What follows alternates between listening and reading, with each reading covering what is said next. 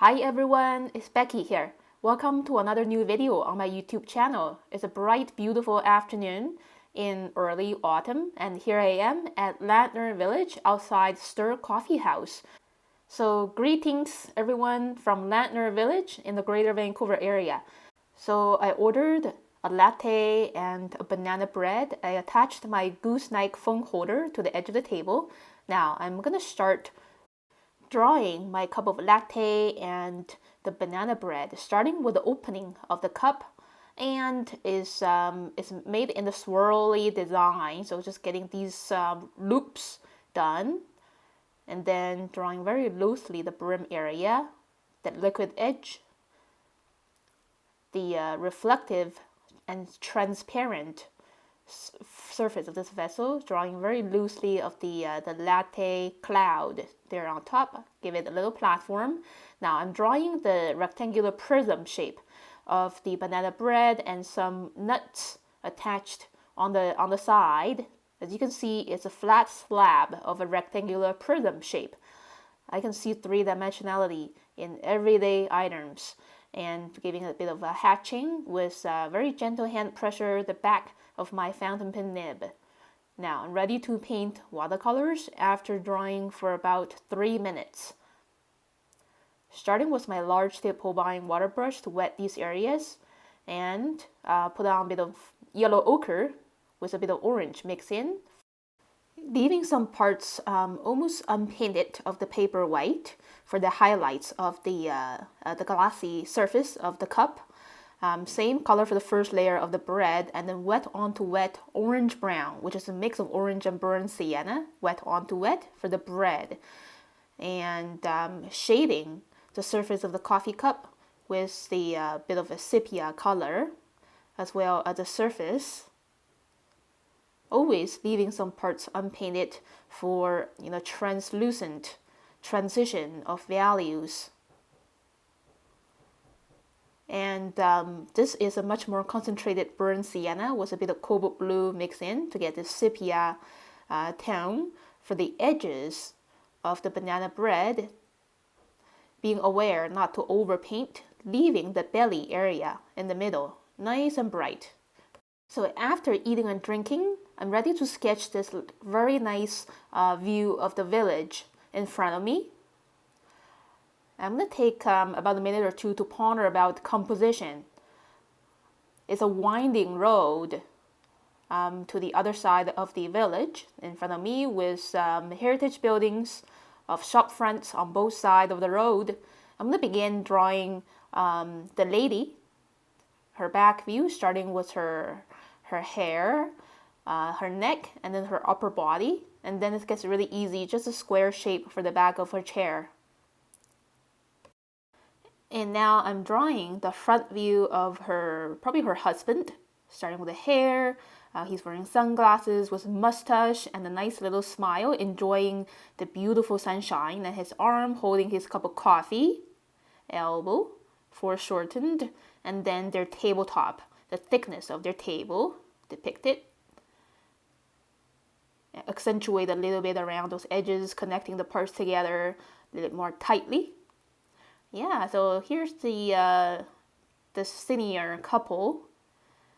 So after that, I'm building up the structure behind the senior man, which is the railing, the brackets, and the metallic bars in random geometric shapes.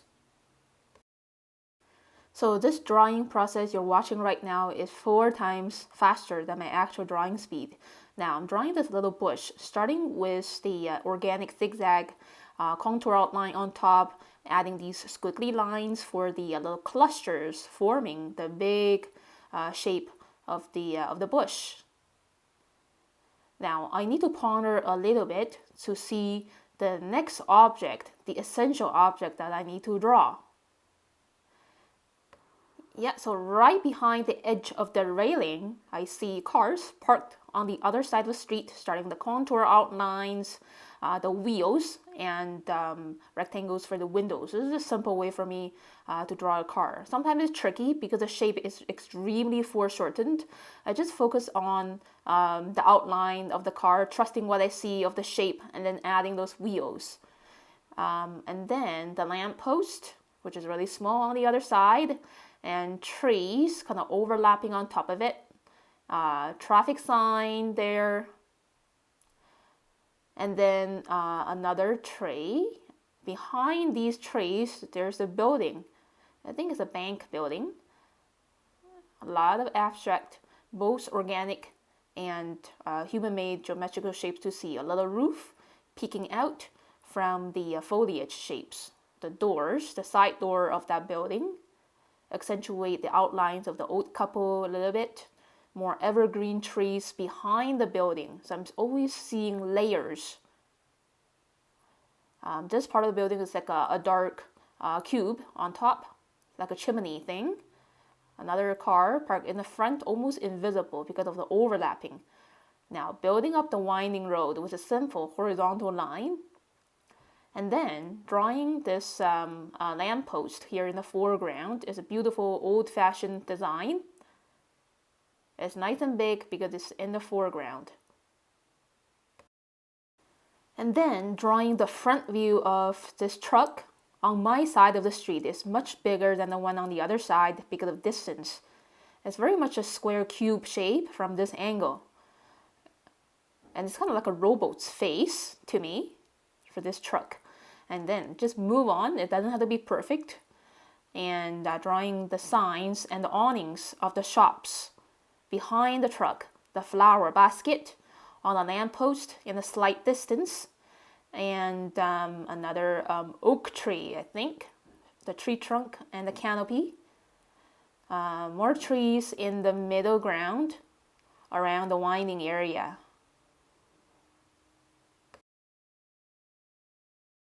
And now I'm drawing these little shrubs on the side of the street, and another tree. These are pretty young trees. The trunks are very skinny. And then some more vertical lines for the brackets of the windows and the doors of these shops and stores. And some more abstract brackets behind. And quick scribble for the name of that store. Second floor, there's a balcony. And just really trusting what I see. You don't have to be super clear of what you're drawing all the time, especially when doing buildings. Most of the shapes that I see are squares and rectangles, and some are very tiny, like the windows and brackets and railings and all those stuff. And now I am just adding a bit more details of foliage texture for these trees, adding another tree. These trees are getting shorter and shorter as they go deeper into the street because of perspective.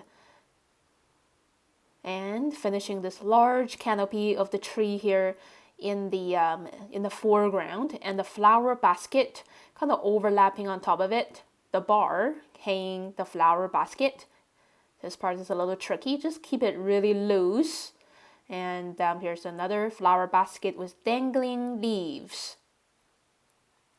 On this side is the basket looks bigger because it's a little closer to me. And quickly drawing these vertical pressings on the lamppost. And finishing this gigantic round spherical shape of the tree canopy there. Yeah, a lot of overlappings. And just being bold, adding these foliage clusters on this oak tree, I think. And then underneath it, behind it, there's more windows.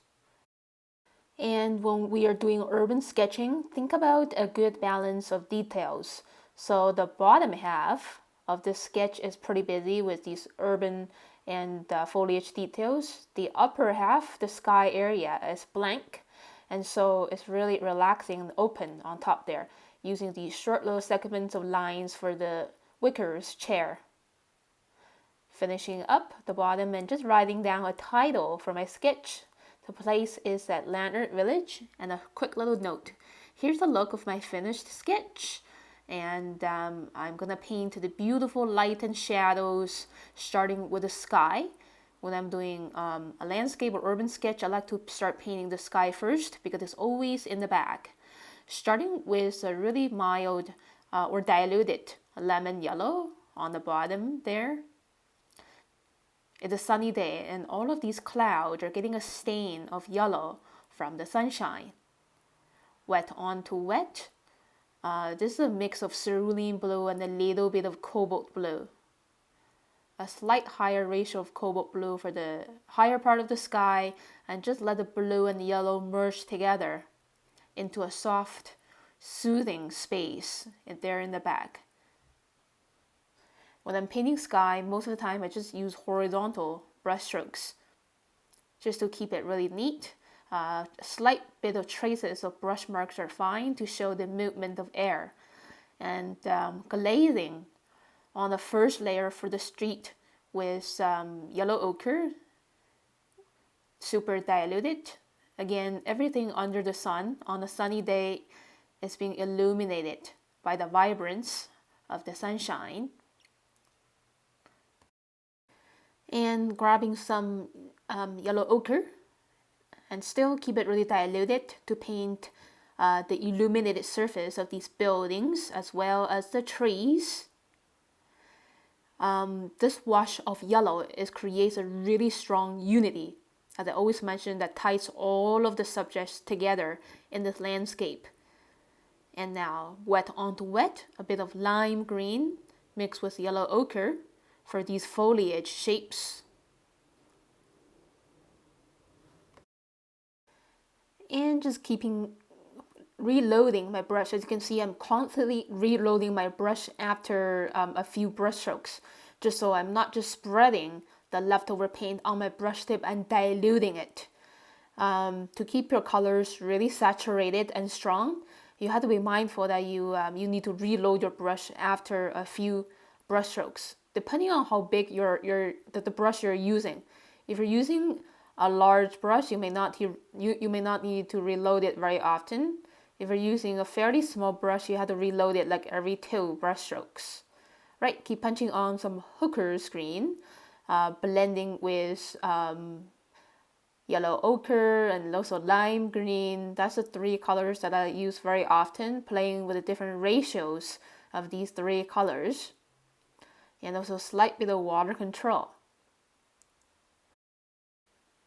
So as I always mentioned in my previous videos, when we're painting watercolors, it's always a great idea to start with the lightest value that you see on that object. For foliage, the first layer is usually a yellow-green or a diluted lime green, that kind of color, depending on the species of the trees. Yeah, and keep punching on the first layer for the little bush here in the foreground. I think that's very much it for the first layer. Now, second layer, we need to add contrast. So this is hooker's green with a little bit of burnt sienna mixed in. I'm using these choppy brush strokes. So some of these abstract shapes of leaves, they're popping out from the surface, giving it an illusion of 3-dimensionality. And also paying attention to where the sunshine comes from. In this case, I think the sun comes from the top left. And because of the location of this street, I think many areas of these trees are shaded, but the top edges on the slight left is illuminated by the bright sunshine. Okay, now I'm shading the green even further by mixing even more burnt sienna into hooker's green. Yeah, so these evergreen trees there in the back, they look very dense. Yeah, just very boldly punching these shade colors on, and also at the same time being aware of where the sunshine comes from and not overpaint those bright edges and sides of these trees. Really having fun blending these shades of greens together. The atmosphere of a sunny afternoon is here, and I'm shading the very bottom of these spherical shaped tree canopies with an even darker shade of green. Yeah, same for the little bush over here. And another tip that I often mention in my previous tutorial videos, when you're painting a landscape or urban sketch with many colors, you paint the same or the similar colors and values first. For example, like right now, I am painting these trees first, containing different shades of green. Okay, I want to get these done first before moving on to the buildings, having a different color scheme than the trees. Yeah, so I just added more contrast with both brush strokes for the tree there in the foreground on the upper left. Now I just cleaned my brush, make sure it's all clean, and then grabbing burnt sienna and also raw umber to paint these old brick buildings. For some of these buildings, it's a diluted version of burnt sienna. I also see some nice blues. Yeah, these blues are denser than the tone of the sky. Yeah, it's a beautiful color scheme we have over here, a variety of colors, and a nice balance of warm and cold colors. The yellow-green actually belongs to the warm color family.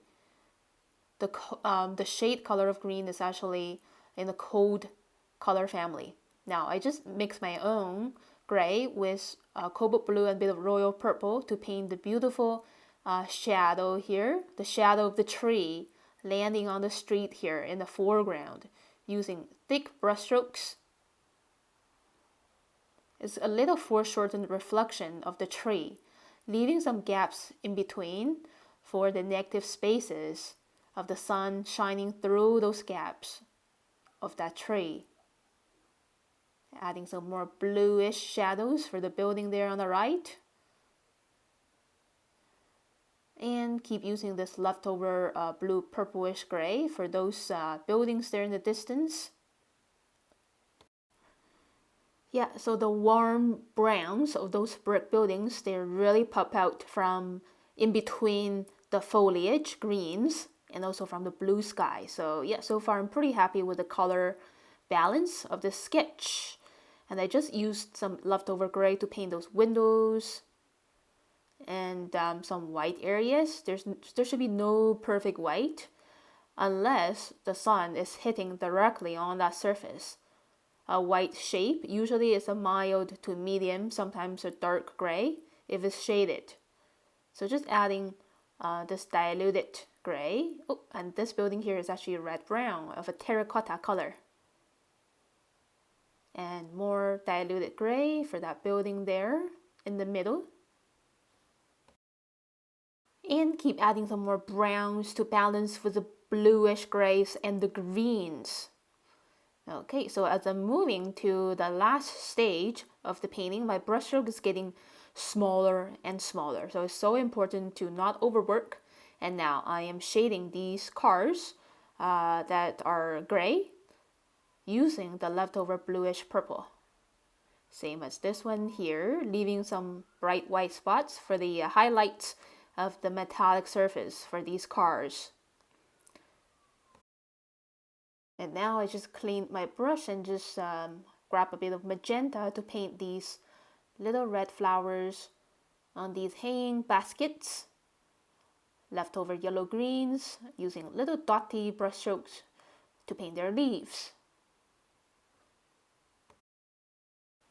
Alright, so now I think I'm ready to paint the outfits and the skin color for the senior couple here, right in front of me, just a few steps away.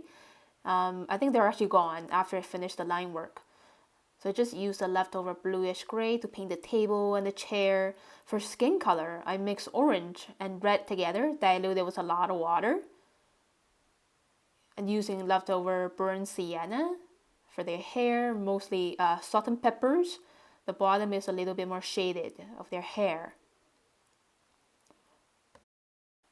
And I used my memory to paint the old man's shirt. Was that, I think it's a green turquoise color.